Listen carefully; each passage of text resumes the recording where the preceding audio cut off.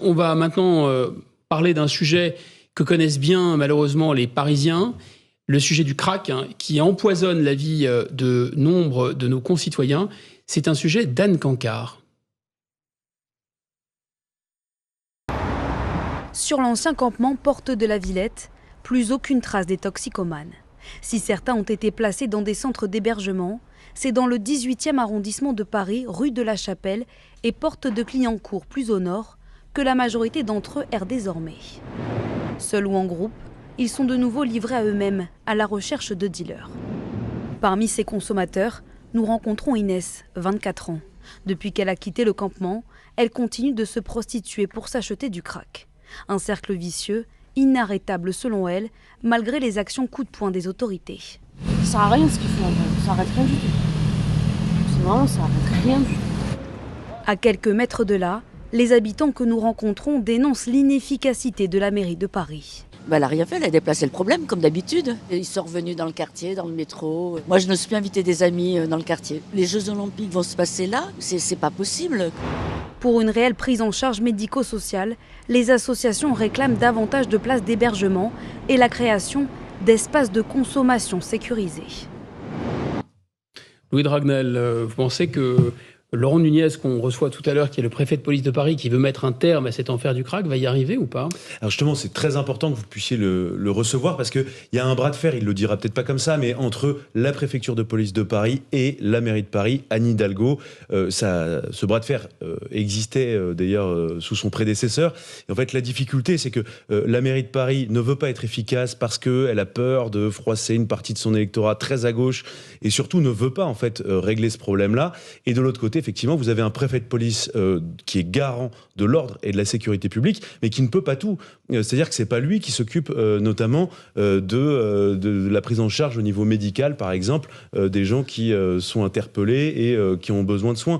Il y a aussi une autre difficulté, c'est qu'il n'y a pas de place en psychiatrie. Moi, je suis favorable à ce que, par exemple, il y ait en hôpital psychiatrique, oui, parce que je pense qu'il faudrait interner d'office, sous la contrainte, des personnes qui n'ont plus aucune possession de leurs moyens, qui n'ont plus aucun libre arbitre, qui d'eux-mêmes ne peuvent pas réclamer des soins. Ensuite, il y a un sujet politique, évidemment, puisqu'on en est au 27e ou 28e démantèlement des craqueux, justement, dans le nord de Paris. Et on voit bien qu'il n'y a pas de solution. À chaque fois, on nous explique que plus jamais ça, vous verrez, cette fois-ci, on prend le sujet au sérieux. Et on a manifestement tout essayé. Mais en fait, on n'y arrive pas, tout simplement parce que Gérald Darmanin avait bien fait, d'ailleurs, la dernière fois, il avait dit que tous les étrangers en situation irrégulière seraient expulsés. On va pas revenir sur la difficulté des expulsions, mais globalement, c'est très difficile à mettre en œuvre. Le deuxième sujet, c'est les places d'hébergement d'urgence. Il y en a quand même 200 000 en France. C'est un parc qui est très important, mais qui est complètement saturé, à la fois par l'aide sociale avec des gens qui en ont vraiment besoin, et de l'autre côté, des étrangers en situation irrégulière qui n'ont rien à faire chez nous. Et puis, enfin, le dernier sujet, et c'est un sujet aussi très politique, c'est sur la question de est-ce qu'il faut des salles d'aide à la consommation. Alors, il y a plein de dictionnaires, des synonymes, peut nous donner plein de définitions de salles de shoot, salles de moyenne consommation. Moi, je pense que le problème, là où il est vraiment politique, c'est que vous avez une mairie de Paris qui ne veut pas s'attaquer réellement, frontalement, aux stupéfiants, à la drogue dans Paris. William Goldnadel, vous êtes avocat, ça ne vous choque pas, ça ne choque pas l'homme de loi que vous êtes, d'entendre que l'État peut mettre à disposition des salles pour se shooter, c'est-à-dire finalement pour violer la loi? Écoutez, si c'est dans un encadrement légal, non. S'il y a l'autorisation de la loi, pourquoi voulez-vous que je sois... Je peux être profondément choqué en tant que... Par exemple, pardon? Pour les riverains, par exemple, qui non, mais aucun riverain de salle de shoot ou de consommation modérée, je sais pas comment on appelle ça. On me questionne... Qui se réjouit d'avoir une salle de shoot en bas de chez lui. Monsieur Dragnel, on me questionne en tant que juriste. Ça n'est pas le juriste qui est choqué, c'est le citoyen. C'est le citoyen. Alors, le citoyen, il ne faut pas le lancer parce que le citoyen... Non. Juste le mot de la loi, le dernier mot de... Non, le mot de la loi, non. S'il y a un encadrement légal, le juriste se tait. Merci à vous. Merci. Nathan Devers. Merci à vous. Merci Jérôme Béglé, merci Gilles-William Goldnadel. Merci de votre accueil. Je vous retrouve dans un instant en compagnie de notre invité, le préfet de police de Paris, l'homme qui veut débarrasser Paris du crack, Laurent Nunez. Peut-il y arriver? On va évidemment lui poser la question. À tout de suite. Bienvenue de retour dans Punchline sur Europe 1 et sur CNews. Nous avons le plaisir d'accueillir un invité exceptionnel, le préfet de police de Paris. Bonsoir Laurent Nunez. Bonsoir. La sécurité, c'est un peu votre métier. Quel pédigré, coordinateur national du renseignement, secrétaire d'État auprès du ministre de l'Intérieur. Vous êtes à présent préfet de police de Paris, d'une certaine façon le premier flic de Paris et je crois d'autres départements alentours. Et à ce titre, et à la demande du gouvernement, vous comptez bien débarrasser les Parisiens de ce fléau qu'est le crack. Pour commencer, est-ce que vous avez une idée précise du phénomène crack à Paris? Ça concerne combien de personnes, combien de trafiquants? Est-ce qu'on peut mesurer ce phénomène? Alors, d'abord, on lutte contre le trafic de stupéfiants à Paris et en petite couronne. Je suis compétent sur le 92, 93, 94, contre la drogue d'une manière générale. On fait baisser significativement, comme l'a demandé le ministre de l'Intérieur, les points de deal. Il y en avait 513 en juillet 2020, on n'en a plus que 370. Et on va continuer ce travail, point de deal. Et puis, il y a au sein de la lutte contre le trafic de stupes, il y a la lutte contre le crack. Effectivement, le crack, c'est une drogue qui est très peu chère. Elle est faite à base de cocaïne. Et sa particularité, c'est que la plupart des consommateurs, en réalité, consomment sur la voie publique des doses qu'ils achètent à prix très réduit auprès de trafiquants qui sont sur des micro-réseaux. Donc c'est un trafic micro-réseau, c'est-à-dire que ces réseaux, c'est 2-3 personnes. Donc c'est un trafic. Donc c'est particulièrement difficile pour vous à démanteler. C'est évidemment plus difficile à démanteler. Et ce trafic, par ailleurs, et vos reportages aujourd'hui l'ont montré, il crée évidemment beaucoup de nuisances pour les riverains. Et c'est un des axes de notre politique. Il nous faut à la fois démanteler les réseaux, interpeller les vendeurs, qui généralement sont sénégalais, ou viennent parfois du Gabon, de Guinée, mais principalement sénégalais. Il faut interpeller les vendeurs. C'est ce que nous faisons de manière résolue, déterminée. On a interpellé près de 240, pour être précis, 246 vendeurs depuis le début de l'année, 51 depuis qu'on a démantelé le camp de Forceval. Donc interpellation des vendeurs et mobilisation massive, comme l'a demandé le ministre de l'Intérieur, de forces de sécurité pour disperser les consommateurs qui sont présents sur la voie publique, pour éviter qu'on ait la reconstitution qui n'a pas eu lieu depuis qu'on a démantelé la scène de crack de Forceval, pour éviter la reconstitution du scène de consommation à ciel ouvert. Pardon, monsieur le préfet, mais alors qu'est-ce que vous avez? Vous avez une baguette magique parce que c'est déjà le 27e, je crois le 28e démantèlement de ce type de scène ou de zone de consommation à ciel ouvert, d'une certaine façon.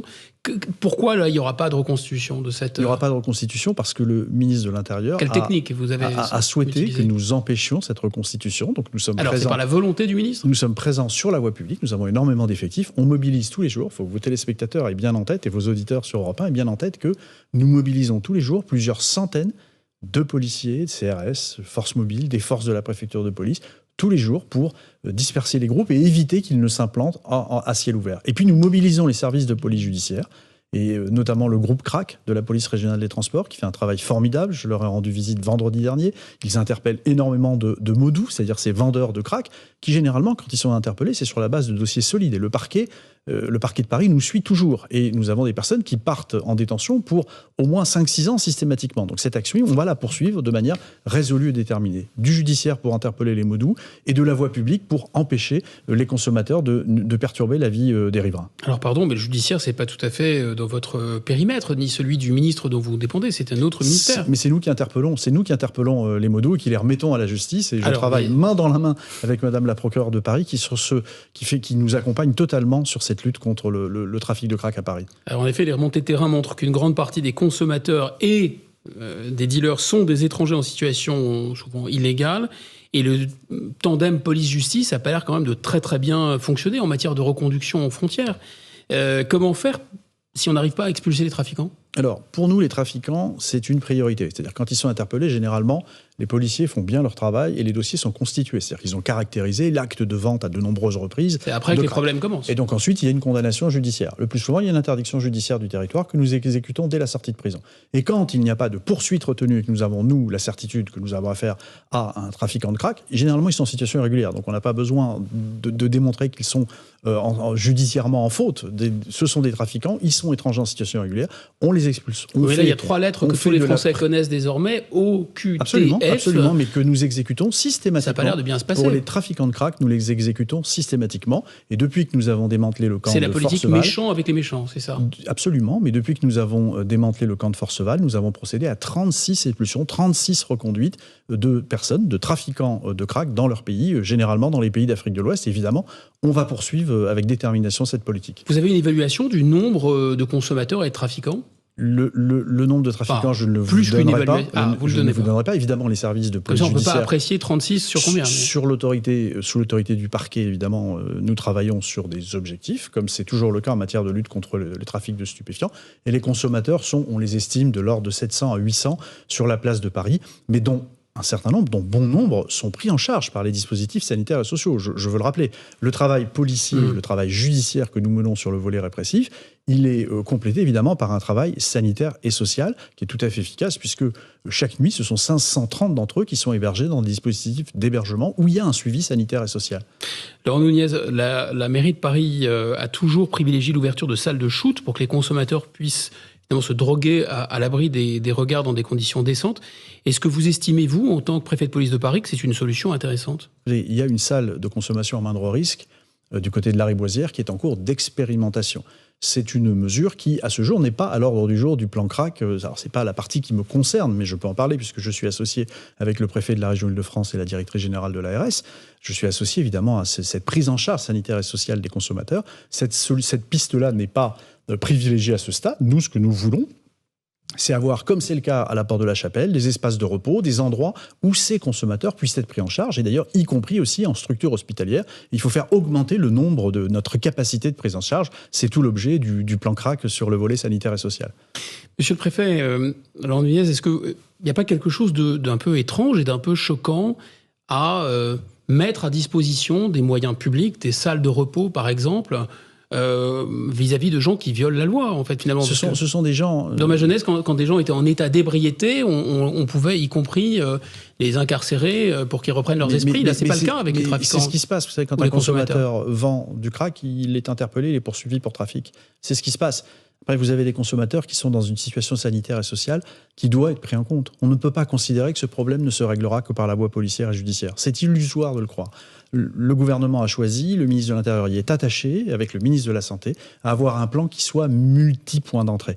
Nous faisons le job sur la partie policière et judiciaire. Je sais que pour les riverains, ça reste compliqué. Il y a encore évidemment des groupes de consommateurs qui se dispersent dans les rues, mais nous sommes là. Et j'ai beaucoup de contacts avec les riverains qui me confirment que les forces de l'ordre sont bien présentes et dispersent systématiquement les fauteurs de troubles. Vous savez, monsieur le préfet, ce que disent des riverains, ce qu'ils disent, c'est qu'il y avait une nuisance qui était bien localisée et qu'ensuite, puisque vous avez, et c'est le cas avec cette zone de Forceval, je crois que c'est dans le 19e ou dans le 20e arrondissement, absolument. Vous avez dispersé cette zone et en fait, ils se sont propagés un peu partout. Ils sont beaucoup moins nombreux. Nous sommes beaucoup plus nombreux sur le terrain pour les disperser. Vous savez, Forceval, c'était une scène de consommation à ciel ouvert. Choquante, vous avez raison, choquante. Et en même temps, la nuisance, elle était localisée. Là, ce que disent les riverains, c'est que c'est un peu partout sauf maintenant. Sauf qu'en réalité, il y avait énormément d'actes de délinquance en dehors du camp du square de Forceval. Souvenez-vous, ce vieux monsieur de 92 ans qui a été agressé et qui en est mort. Donc il y avait une délinquance extrêmement violente qui fait que nous ne pouvions pas laisser ce camp en l'état et nous ne tolérerons pas que se reconstitue un site de consommation à ciel ouvert. Nous allons poursuivre nos actions de présence de voie publique, de lutte judiciaire contre les trafics et évidemment de prise en charge de ces personnes au plan sanitaire et social. Vous savez, le dispositif d'hébergement qui est confié à une association d'hébergement des consommateurs de crack qui fait que 530 d'entre eux sont hébergés toutes les nuits, conduit à ce qu'un cinquième d'entre eux, au moment où on se parle, sont sortis du crack. Donc il faut poursuivre cette démarche. En tout cas, c'est ce que les forces de l'ordre que je représente ici appellent de leur vœu, car la solution, elle ne peut pas être que judiciaire et policière. Dernière question, monsieur le préfet, 2024, c'est demain, c'est quand même un rendez-vous fondamental, les Jeux Olympiques à Paris. Ce problème de crack, il sera réglé ? Le problème de consommation de crack sur voie publique, il sera réglé. Vous savez, le ministre vous a demandé de mettre en place des plans de délinquance zéro. On lance de grandes opérations de sécurisation. J'étais cet après-midi au Trocadéro Centre Marche dans le cadre d'une de ces opérations. Nous en menons énormément également dans le cadre du crack et aussi autour de la Porte de la Chapelle, puisqu'on aura un site des Jeux Olympiques autour de la Porte de la Chapelle avec l'Arena. Évidemment, nous allons être extrêmement présents et le problème sera réglé au moment des JO. Merci infiniment, Laurent Nunez. Je rappelle que vous êtes préfet de police de Paris et bonne chance pour votre mission qui est absolument essentielle. Merci pour beaucoup. Patriote.